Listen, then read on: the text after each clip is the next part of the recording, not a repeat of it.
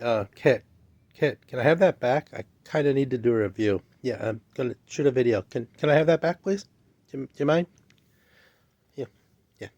Just just needed that. Thanks. You can go back to sleep now. Sorry about that. Apparently, Kit fell asleep reading again. So I wanted to go outside and do a review for the Girl Factory, but of course it's raining again, and apparently I'm coming down with something, so it might be a bad idea. Besides, this book is really not meant to be taken out into the weather. So I have to find another solution.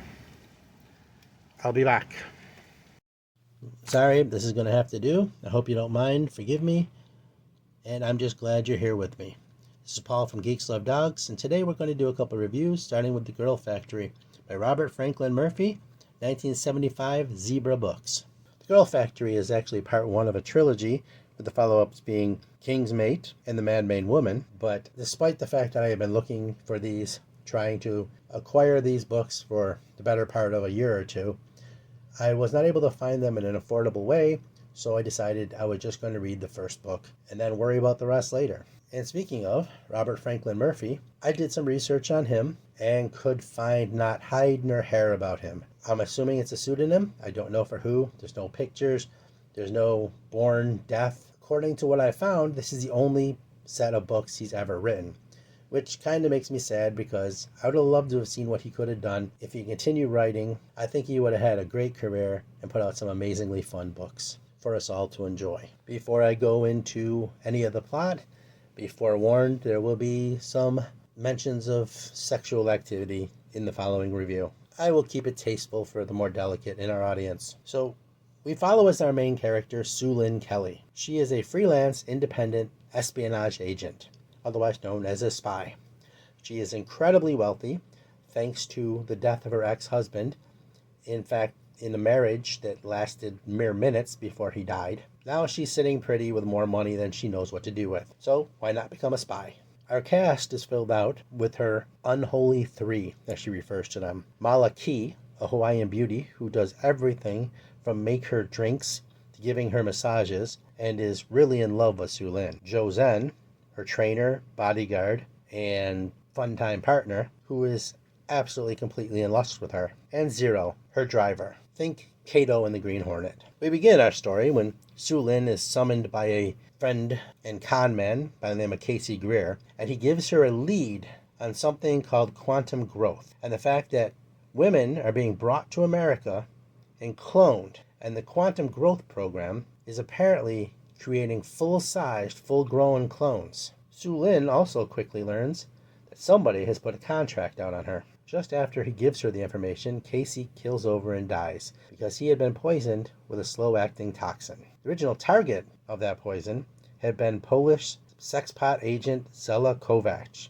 who is set up as a friendly rival for Sue Lynn, one you never really trust, one Sue Lynn never really trusts, despite a tryst she has with her later in the book. Now, I'm going to be careful on details with this book because the scenes that I would normally describe to you are half the fun of the book, and in case you decide to read it, I don't want to ruin it. So, Sue Lynn begins investigating both the quantum growth cloning case and who put the contract out on her, along with her unholy three and Zella Kovacs, and a cast of characters that she utilizes to help her along the way, as any good spy will. We see scenes of her training with Jo Zen, which turns into very aggressive sex, and we follow her and her cast of characters as she travels the world looking for answers. We are treated to several fun action, fight, and adult scenes, often the two things intermingling in an interesting sex and violence melange. At one point, when she is taking down a hitman who is after her, while she is in the process of executing him, she's also sending him off with a happy ending. She didn't want him to go away sad. Part of the investigation revolves around the Matsu Underground and a set of books called the Sacred Library that they supposedly got from spacemen and have been using to give out new technology to the world over hundreds of years, which could be where this cloning technology has come from. But currently, we're not sure where the books are. But the investigation turns up the fact that these books may be in the possession of Sue Lynn's cloister, the cloister she grew up in and was trained in, and they may be evolved in the cloning, including cloning powerful people in the world, like the US and Russian leaders. Like I said, there's a lot of sex and action in the book and a lot of globetrotting. At one point, they are forced to the ground in Laos by MiGs and taken prisoners by perverted, voyeuristic soldiers, who they must perform for in order to keep the soldiers from taking advantage of them themselves. Once they are rescued in an exciting action scene with an interesting twist, Su Lin is off to Nepal and her former cloister Chantal. The finale is over a little too quickly. It's a little underwhelming how they settle what would be normally a final battle, but afterwards there is some interesting revelations, secrets revealed. I would have loved the ending to be a more bombastic battle or event, but like I said, before we close up the book, we are treated to some revelations that are kind of fun. One of which they actually give away in the back cover, so don't read it. The back cover, I mean. So overall, this book is exactly what you'd want from an adult spy novel. A 1970s spy novel with over-the-top violence and sex and craziness. It was well written, actually. It was easy to read. Most of what happened made sense. It seems like the writer actually took the time and effort to create a story. I would love to be able to read the sequels, but I'm not sure that's going to happen anytime soon. This was a book that I do highly recommend if you are into old school adult adventure novels, if you like the old 70s style and are not shy about a little sex and violence. And this was one of the more enjoyable adult spy novels that I've actually ever read. It was fun, but didn't feel dumb. There is some aspects of mixing sex and violence that might make some uncomfortable, but if you're going into this kind of book, purposely reading it, I doubt it's going to bother you very much. So if you're looking for men's adventure, this gets my highest recommendation. 2 clone thumbs up. So let's do a twofer, shall we? The Gladiator by Bill Earls. Dell Books, 1981. I went looking for info on Bill Earls, and surprise, surprise, there really wasn't any. In fact, this appears to be the only novel he ever wrote, but he did write some short fiction that was published. We begin in the prologue that starts in the near future of 1984. We are introduced to Ed Cable, the meanest man in the world and the linebacker for the Minnesota Vikings, as he promises to hurt a player on purpose for 8 straight games. There is a problematic scene moment here which involves animal harm. It seems like so ridiculously over the top that it's almost cartoony, but it is kind of a problematic scene that involves a kitten. We follow Cable in the rest of the prologue as he breaks the back of a Green Bay Packers player. It's all a bit over the top and crazy, but that's kind of the point. After breaking the back of Packers player Danny Bolin and then announcing which Patriot player was next in the following game, Ballin's brother Johnny, who plays for the Rams, swears revenge, and the Patriots' Fred O'Connor stands up to Cable and basically fights him at midfield, which inspires other NFL players to challenge rivals at midfield in battles during the football game. And of course, the execs and the fans love it and decide to schedule fights for halftime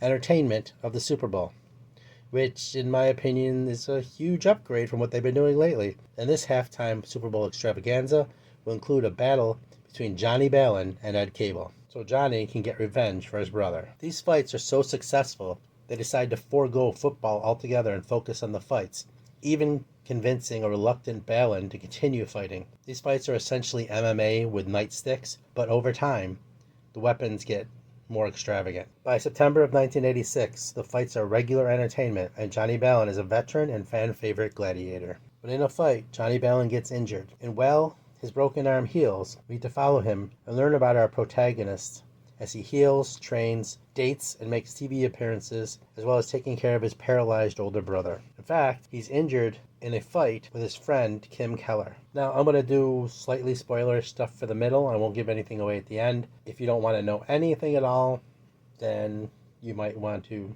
be careful, but most of it's fairly innocuous story through the middle of the book. Okay, just giving you a heads up. So, after falling in love with a girl who hates the sport and finding out that his friend that broke his arm, Kim Keller, was killed, hit by a car while running, Johnny contemplates leaving the sport, while his pariah of an agent tries to convince him to keep fighting. And he begins preparing for his next match against a brutal opponent who was killed in the arena and tells the talk show host that he may have to kill Ballin. As we head towards this fight, there's a distinctly rollerball feel about it. The downtime we spend with Johnny Ballin feels like the downtime in rollerball a little bit, and the way the lust for violence seems to be elevating is very reminiscent of the feel of Rollerball, which, by the way, is a good thing because I love the movie Rollerball. And as you know, this lust for violence, this ramping up of the energy is inevitable. You could have easily predicted that. So he goes into this fight with Ostrich and wins the match, but refuses to kill him. But with the crowd encouraging him to execute an opponent he's already beaten, it's enough to finally push him over the edge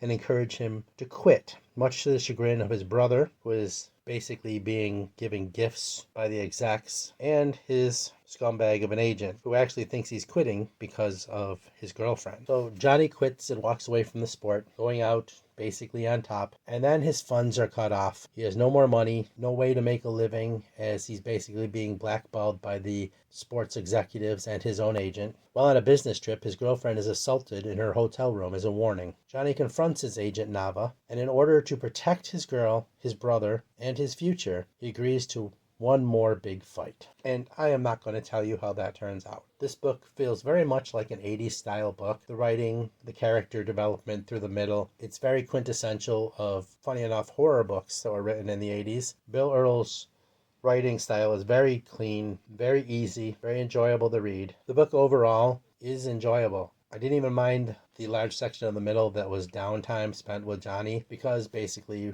Bill Earls' writing was very easy to digest. And coming in at 255 pages, it didn't really take too long to get through. As a huge sports fan, I had a couple of very minor quibbles which might not affect anybody else, or might not affect you if you're not a sports fan. The rate at which they fought seemed a little crazy excessive, if you know anything about boxing or MMA or basically any contact sport. And this, using weapons and them being abused severely in a fight, the rate at which they were going back into the ring was a little bit unrealistic, but that's fine. It didn't kill it for me. And a very personal quibble, the main character, a professional athlete who was seriously in need of endurance for his sport, smoked an awful lot for an athlete. I mean, he was basically chain smoking. As somebody who spent his life playing sports and watching sports and following sports and living sports, that's not really going to do you much good or be very helpful to an athlete. Like I said, personal quibbles, minor things, easily overlooked.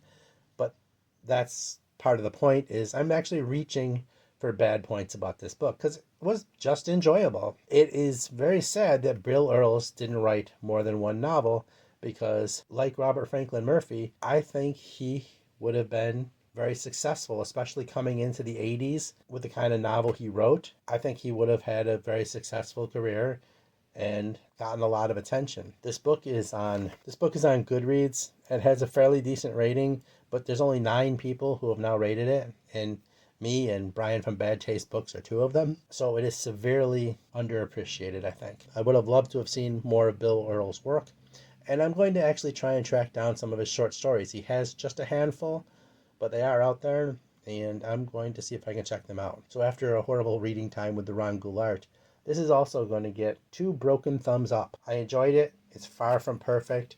There is some slow parts in the middle, but overall, the read of the book was just very enjoyable. It was a good time.